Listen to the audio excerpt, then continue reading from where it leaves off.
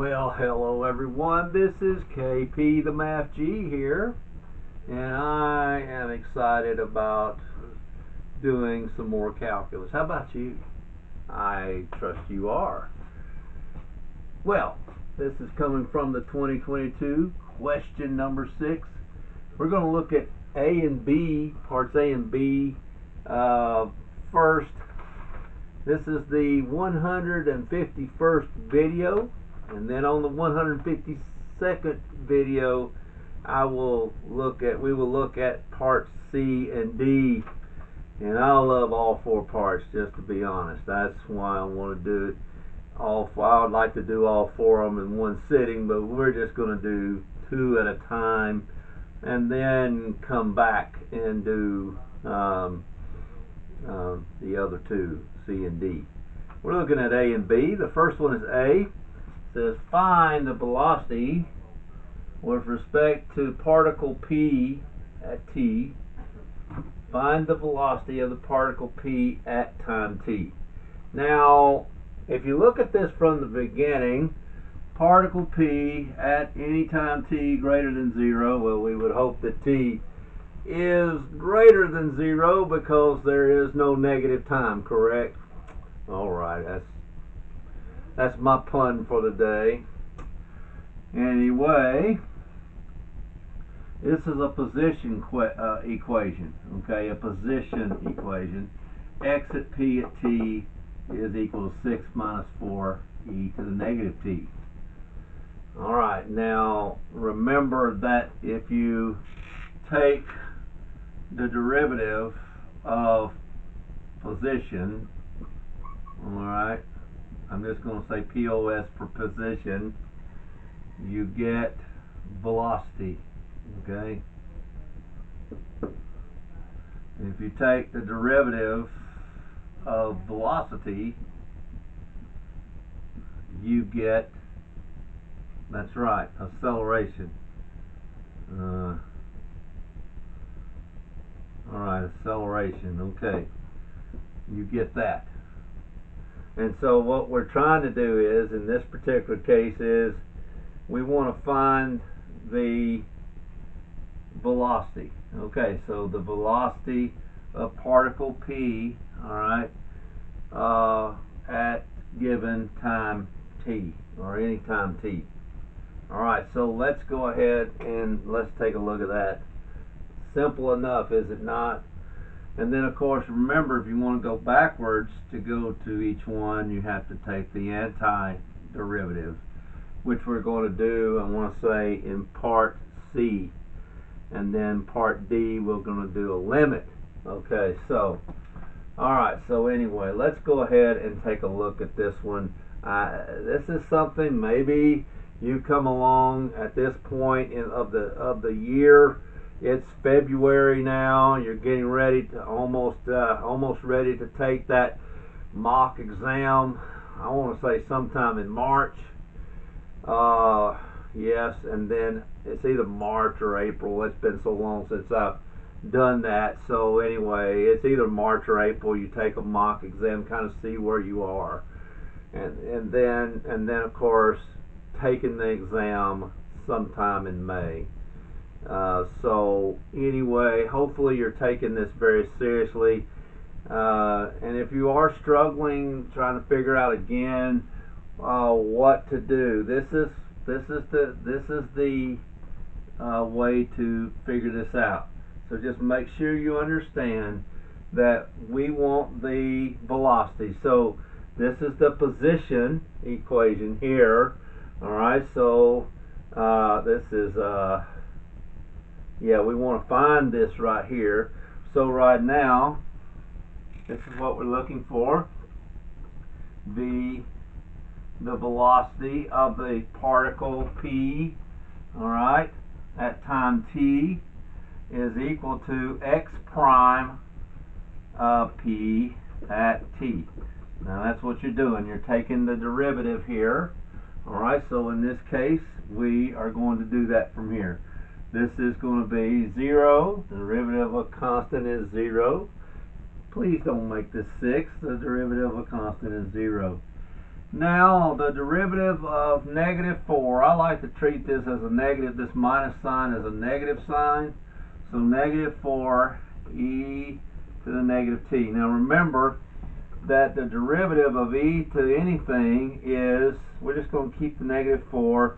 This is e to that, still the same thing, but then you take the derivative of negative t, which is times negative 1. Okay? And so that's what that is. The derivative of negative t is negative 1. So when you multiply negative 1 times negative 4, you get a positive 4 e to the negative t. All right. And that's that. Okay, like that. And really, that's all you have to do for part A, right here. Now, if you want to, you can leave off the 0. So it's just equal to 4e to the negative t right there. Okay? Okay. And that's pretty much all you have to worry about on that one. Okay, that's part A. Alright. Very quickly, wasn't it? And not too bad. Okay, now let's flip this over, or well, I guess we have room. If we flip it over, let's figure out what B is. I probably could have wrote the question on the back. Sorry. Okay, now let's see. What does the question say for B? Now, let's go back to the velocity. Now this is Q now. Alright, so the velocity equation for Q at T is equal to 1 over T squared. Alright, that looks kind of, alright. Some people back in my day used to say that looks flickety. Get that? Alright, now that looks a little better. Now, by the way, you can bring this up, and that's going to be just t to the negative 2 over 1, which is just t to the negative 2. And I kind of like to look at it that way. Alright, so again, t is greater than 0. Let's see, we want to find part B. Basically, I'm just going to abbreviate this.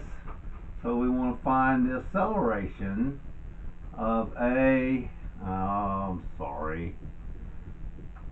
acceleration of Q at T. There we go. Of this particle Q at time T. All right, at time T. Okay. Then we want to state, we'll do the second part later on, but it says state whether the particle, state whether the speed of the particle Q is decreasing, justify your answer. Okay, so we will do that. I love that part of it. Let's go ahead and take care of this part. Alright, so well, we know that A, if we want to find A at Q at T, that's going to be V prime at Q at T, which is just taking this derivative here. Now remember, I like to just do it this way. So this is going to be negative 2 T. Now remember, you're going to subtract 1, which is going to make this negative 3 here. Alright, so negative 3 right there. You can leave it like that, or you can just simply write it as negative 2 over T to the positive 3 like that. Don't bring the negative 2 down. Negative 2 is a constant. It is not an exponent. The constant stays up here.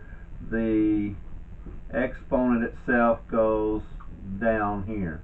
Alright, so right there, if you want to leave it like this, that's fine. I'm sure they will give you the full credit for that. So right here, so let's put that down. I want to, okay, so to answer the second part of part B, let's put this down. A, then at Q, at T, we have it equal to negative 2 over t cubed. And then, of course, v at q at t was already given to us, and that was 1 over t squared. 1 over t squared. Okay. Now, I'm going to do this graphically, okay? Kind of give you an idea of, now it says,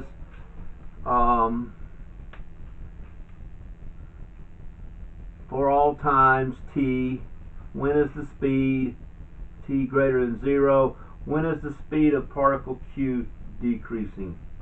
So when is the speed of particle q decreasing? Okay, now if this two things, first of all, speed, alright, second, we're interested in decreasing. Okay, now I want you to notice something. Here's a couple things we need to pay attention to. First of all, notice that aq at t is a negative quantity here, or a negative function. This one's positive. But now let's pay attention to this. Okay, so let's see what we need to do here. How do we determine whether this speed is decreasing? Okay, so what we need to keep in mind now, kind of remember, is that either one of two things has to happen. Either the well, let's see, if the velocity, so in other words, v at q at t could be less than 0, and at the same time, let's see, the acceleration, okay, q at t is going to be greater than 0. So it's decreasing if, okay, either the velocity is less than 0, or the acceleration has to be greater than 0, or what? There's only one other occasion. vq at t has to be greater than 0, positive in other words, and aq at t has to be less than 0 or negative. If you were talking about speed increasing, both of them will have the same sign. If this is less than, this will be less than. If this is greater than, this is going to be greater than. Okay? Increasing. Decreasing is this. Okay, so decreasing if either one of these two things exist. So let's leave that there. And over here on the side, I'm going to do a graph of each one. Okay, kind of, let's see. I'm going to try to do a small graph. Let's see if I can put it here. I don't know, let's try it here first, okay. Alright, here's t. And let's graph this one here. Alright, so let's see. A, Q, at t here. Alright. Now, let's see right here. When we plug in, let's say, a half. So this will be negative 2 over 1/2 cubed, which is negative 2 over 1/2. One half cubed is 1/2 times 1/2 times 1/2.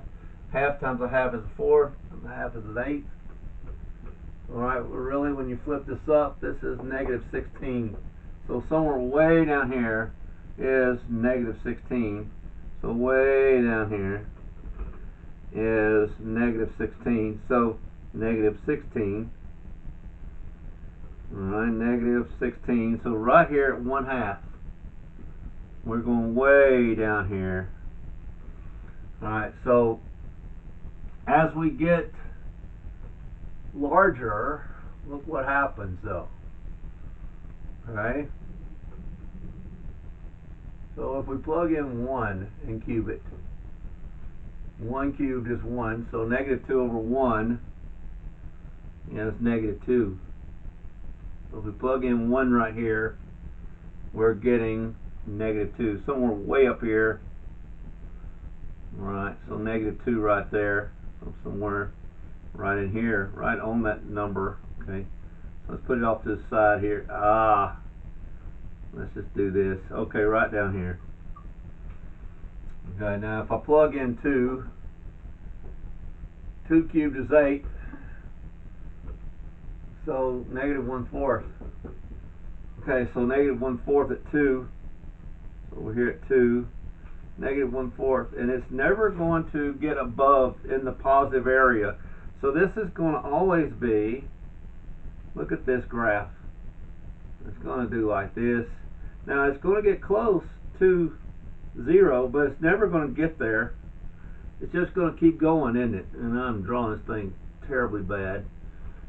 Okay, I keep shading it. Okay, right there. It's going to go down right here. This is kind of like a, okay, like that. The graph is going to stay below the x-axis, or below the t-axis.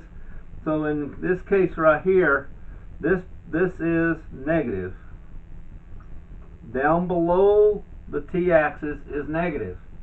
So in any case, this will always be, in this case then, let's erase here, this will always be less than 0. Alright, so right here, AQ at t is less than 0. So what we want is the velocity here to be greater than 0 so that we can see where it's increasing. Now that's going to be from here in this case, anywhere t is greater than 0, because 0's here, the negative numbers are here, so anywhere where t is greater than 0, alright, so this is going to be, so a q at t is always going to be negative. Alright, t greater than 0. Alright, so right here. So let's go ahead. That's from 0 on. Alright, so actually from 0 to positive infinity. Alright, this is going to happen here. Okay. Alright, so that's that one. Well, we don't need that, but that's what we're looking at here. Just kind of looking at the graph here. Now let's look at this graph right here. If I were to plug in, so let's put it over here, VQ at, say, maybe a half here. Now, let's see, notice that this is a positive 1 here, so putting in 1/2 here is still going to be positive, even though it's going to be big. So it's going to be, so 1/2 is 1/4, so 1 over 1/4, which is 4, right? When you flip this up, it's going to be 4, okay, so like that. And if you multiply by 4 over 1 right here, and then this side by 4 over 1, this is going to cancel out, and that's going to be 1 down here, and then 4 over 1, which is 4. Okay, so this is going to be 4 way up here somewhere. 4. Oh, not at 0, not at 0, at 1/2, and it's going to be 4. Okay, if we plug in 1, it's going to be 1, isn't it? Because if we plug in 1 right here, 1 squared is 1, so 1 over 1 is 1. So right here, this is going to be way down, see up here, 1, okay, right there. So at 1, it's going down to 1. Is it ever going to cross the t-axis? Is it ever going to get to 0? Now it's going to approach 0, but it's never going to get there, is it? Okay, so let's see, if I plug in, say, oh, that should have been a 1 here. So if I plug in a 2 here, this is going to be 2 squared, which is 1 over 4, which is 1/4, isn't it? Well, we already know that, 1/4. So at 2, it's going to be 1/4 right here, all right? 1/4, so somewhere right in here. And it's going to keep going down, down, down, but it's never going to be negative. You see that? So it's going to come close here, way up here somewhere. It's going to be close to 0, but it's going to go down, down. It's going to stay above. It's going to stay above that. It's going to do like that right there. Okay. So from 0 here, from 0 on, all right, t greater than 0, it's going to be v q at t is going to be greater than 0. Okay. It's going to be above. Yeah, because all this is y, and it's the same thing as y. Y is greater than 0. Here, y is less than 0. Okay. All right, so greater than 0, so that checks out. All right, and so what do we say then? All right, this is what we say right here. Because VQ at t is greater than 0, and my goodness, please forgive me, AQ at t is less than 0, the particle Q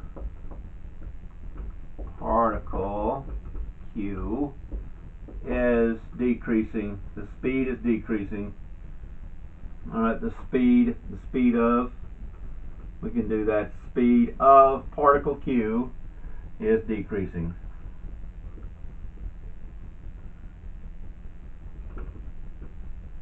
Alright, and maybe you have something to show this right here. Okay, you can't just, this helps to see this negative sign up here, but at the same time you got to realize this thing is above, look here, just like that. Okay, and okay, so that's what we have here. There's a change in sign here. Okay, signs do change. Alright, and that's what I saw. I did it graphically here, and so I don't know. I just like to do it that way. I like to see a picture of it, just like that. So that's what I'm talking about here. Okay. Alright, I think, yeah, the speed of the particle is at all times where t is greater than 0. Alright, and you can say at all times. As decreasing, let's go ahead and finish this then. At all times. At all times where t is greater than 0. Okay. Certainly so.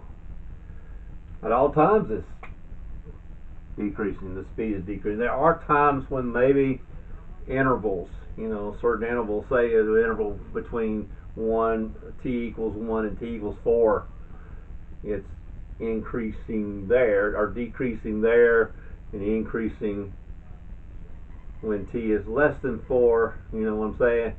Alright, and well, I forgot what I said, from 4 to, I don't know what I said now. Anyway, from 1 to 4, okay, so in between from 0 to 1, it may be increasing, okay, and it may be increasing when t is greater than 4, okay, it may be increasing there, the speed is increasing, but maybe from 1 to 4 on that interval, whatever I just said, then that is going to be where that increases or decreases there in that interval. So in this case, the interval is this right here. T is greater than 0. Okay, that's what it is. Greater than 0. Can't be equal to 0. This never gets to 0. Never does get there. Okay. It serves kind of like, this is like an asymptote. It's like a T asymptote here. And this is the vertical asymptote and the horizontal asymptote as well. Just doesn't cross. It's never. This is always negative. This is always positive. Okay. You might say, well, this is increasing. No, it's still below the t-axis. That's what you need to understand. Okay, that's what you need to understand. All right. So that's what we're talking about here, right here. All right.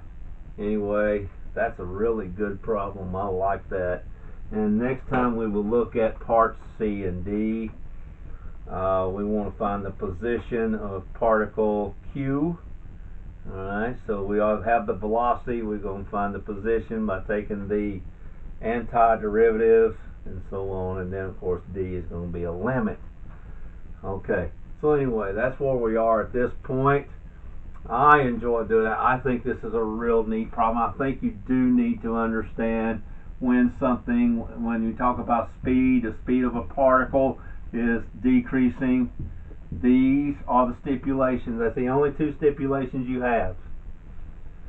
V is less than 0, at the same time A is greater than 0, or V is greater than 0 and at the same time A is less than 0. Okay, velocity and acceleration. Okay, so that's what you got to remember. Okay, and bear in mind, if you're talking about speed increase, a speed increase would be if both of these are less than 0 or both of these are greater than 0. So keep that in mind as well. Alright, that's all I have for today. This is KP the Math G, and I want to say, ladies and gentlemen, have a great, great day. Alright.